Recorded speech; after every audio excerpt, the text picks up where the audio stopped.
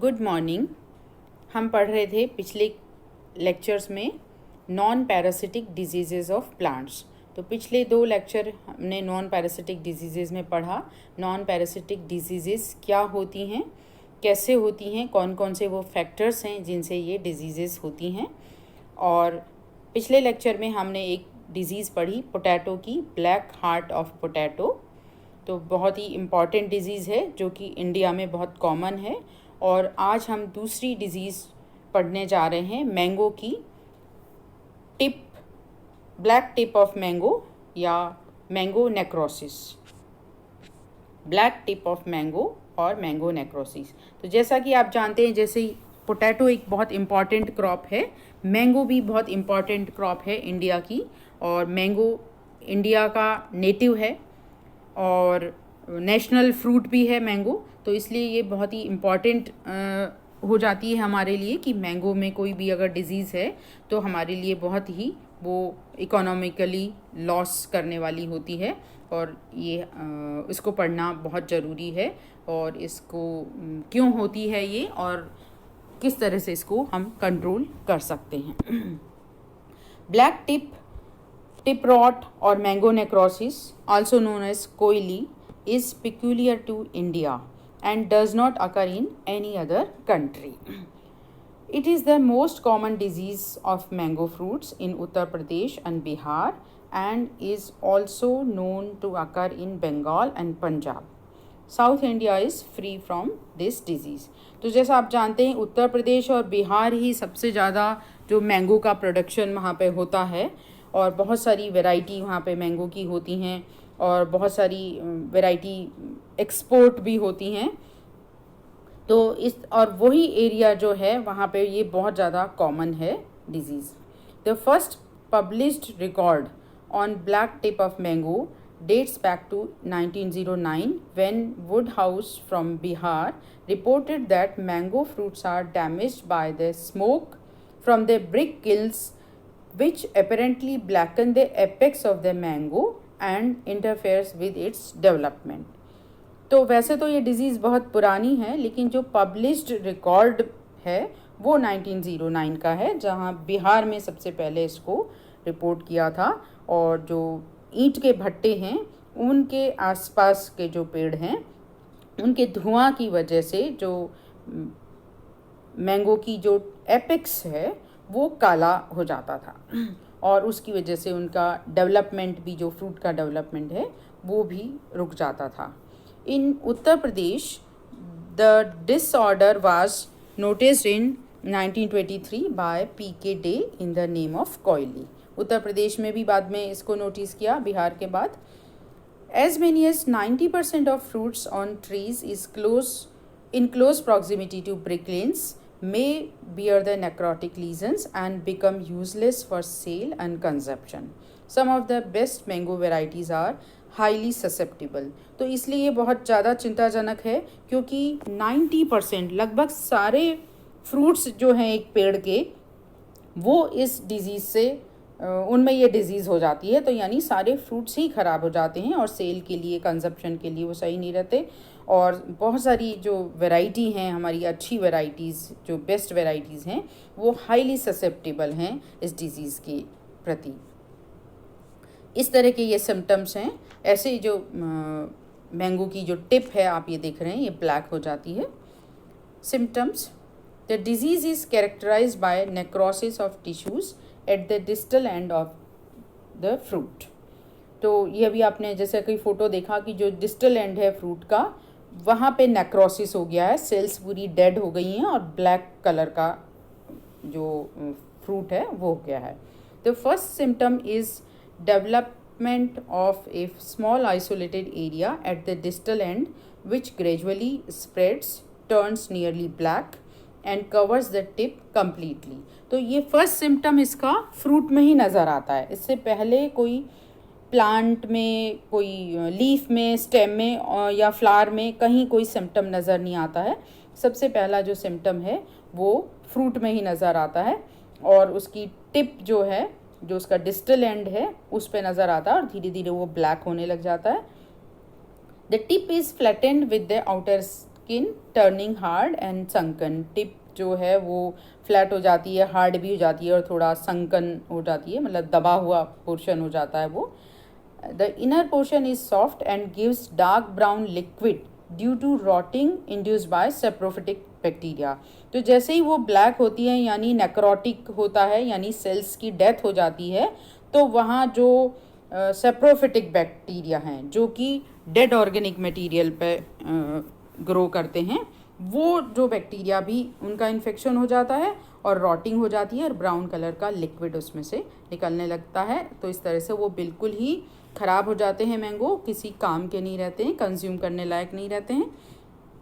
The disease commonly occurs when the fruits are about 6 to 8 weeks old or when they are reaching maturity। तो ये जो disease जो दिखाई देती है फ्रूट में, 1.5-2 महीने के हो जाते हैं तभी दिखती है, या मेच्योरिटी पे होते हैं जब फ्रूट, उस समय नज़र आती है, उससे पहले नज़र नहीं आती है। कॉजल फैक्टर्स, तो कौन से कारण हैं जिनकी वजह से ये डिज़ीज़ होती है? Black tip of mango is a physiological disease और non parasitic disease rather than a pathogenic disease. तो इसमें हम देखते हैं कि कोई पैथोजन नहीं है, बैक्टीरिया फंजाई वगैरह कोई नहीं है, और फिर भी ये बीमारी हो रही है, तो ये फिजियोलॉजिकल डिजीज़ है। Intensive studies were carried out by Dasgupta and Sen on black tip of mango fruit. Their studies revealed that the black tip of mango was not associated with any pathogen and it was closely associated with nearness to brick kilns। तो ईंट के भट्टों के पास जो है वो वहाँ पर ये बीमारी पाई जाती है और कोई पैथोजन नहीं देखा गया है इस बीमारी में। They suggested that the smoke of these kilns polluted the air with toxic gases like sulfur dioxide and stated that these gases caused necrosis of tissues of the fruit। तो उन्होंने देखा कि ये जो ईंट के भट्टे में से जो गैस निकलती हैं वो टॉक्सिक गैस हैं, स्पेशली उसमें सल्फ़र डाइऑक्साइड होती है, तो उसकी वजह से ये जो टिश्यूज़ का नेक्रोसिस है वो होता है। In laboratory experiments, the disease could be reproduced by exposing mango fruit to smoke and sulfur dioxide। तो उन्होंने लेबोरेटरी में इस डिज़ीज़ को रिप्रोड्यूस भी करके देखा, वापस वही एनवायरनमेंट दे के, कि वास्तव में ये इसी वजह से होती है, स्मोक और सल्फर डाइऑक्साइड की वजह से ही ये डिज़ीज़ है। Later Dasgupta and Sen in their final report on the findings of further studies on this disease that boron was deficient in the mango fruits exposed to brick kilns fumes। बाद में उन्होंने final report जब दी, इन्होंने काफ़ी समय तक काम किया दासगुप्ता एंड सेन ने, और उन्होंने ये बताया कि इस डिज़ीज़ में मैंगो फ्रूट्स में बोरोन की डेफिशिएंसी होती है। तो इस तरह से जो ईंट भट्टे के पास जहाँ जो पेड़ होते हैं उनमें बोरोन की डेफिशिएंसी है, तो इसका मतलब बोरोन की सप्लाई अगर हम कर दें, बोरोन जो कि एक माइक्रोन्यूट्रिएंट है, तो बहुत ही कम मात्रा में इसकी ज़रूरत होती है, ये एक ट्रेस एलिमेंट है, लेकिन फिर भी अगर इसकी कमी हो जाए तो वो डिज़ीज़ उसमें हो जाती है। तो हम कंट्रोल मेज़र में इन चीज़ों का हम ध्यान देंगे, क्योंकि पहले कॉजल फैक्टर हम देखेंगे कि क्या वो कारण हैं जिनकी वजह से ये डिज़ीज़ होती है। तो हमने 2 कारण इसमें नोट करे कि एक तो जो ईंट भट्टों के पास जो हैं पेड़ उनमें होती है ये डिज़ीज़, और बोरोन डेफिशिएंसी भी उनमें देखी गई है। तो हम कंट्रोल मेजर्स में इस चीज़ का ध्यान रखेंगे। Spraying with borax at the rate of 3 to 4 kg per 500 liter of water at an early stage of flowering substantially reduce the disease। 1 to 2 spraying at the flowering stage and 3rd spraying at early fruiting stage were recommended for the control of disease। तो चूँकि ये disease पहले नहीं होती है, तो flowering stage पे ही अगर फोलियर स्प्रे कर दिया जाए बोरेक्स का, तो ये डिज़ीज़ काफ़ी कंट्रोल हो सकती है, और तीसरा स्प्रे फ्रूटिंग स्टेज पे भी कर दिया जाए तो इस डिज़ीज़ को कंट्रोल कर सकते हैं।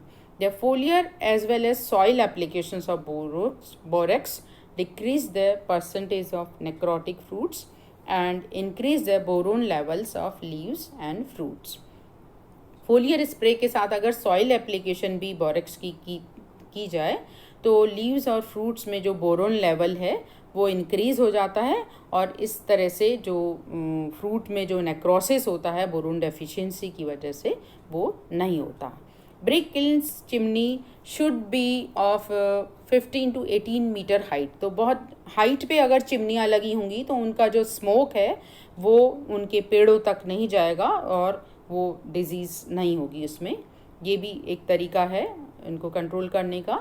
Distance of planting the new garden trees east west 1.6 kilometre and north south 0.8 kilometre. तो चिमनी ऊंची लगाने के अलावा अगर जो नए पेड़ अगर हम लगाते हैं आम के तो उनकी डायरेक्शन जो विंड डायरेक्शन है जहाँ स्मोक जिधर जा रहा है हवा के साथ तो उधर अगर हम देखें तो ईस्ट वेस्ट डायरेक्शन में ज़्यादा विंड जाती है। तो 1.5 किलोमीटर अगर दूर लगाया जाए उन पेड़ों को तो उनका असर नहीं होगा और इस बीमारी से बचा जा सकता है। Covering of mango trees with cellophane bags is also help in controlling the disease। तो इस तरह से हम इन चीज़ों को देख सकते हैं कि कौन कौन से कारण हैं जिनसे ये डिज़ीज़ हो रही है और उनको रिमूव करके उन कारणों को रिमूव करके हम इस डिज़ीज़ से बच सकते हैं। तो नॉन पैरासिटिक डिजीज़ में कंट्रोल का यही तरीका होता है कि जिस कारण से, क्योंकि पैथोजन तो है नहीं इसमें, तो जो कारण हैं जो एनवायरमेंटल फैक्टर हैं उनको दूर किया जाए तो ये डिज़ीज़ को से बचा जा सकता है, कंट्रोल कर सकते हैं। नेक्स्ट लेक्चर में हम कुछ और नॉन पैरासिटिक डिजीज़ के बारे में पढ़ेंगे। Thank you.